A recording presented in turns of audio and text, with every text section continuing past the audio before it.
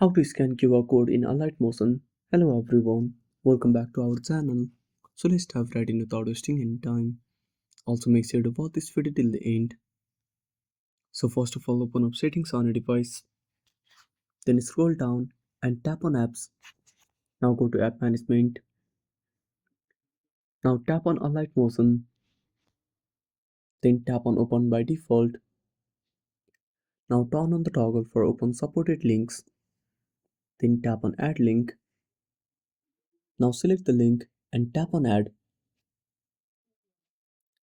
Now once you're done, simply open up QR code scanner on your device.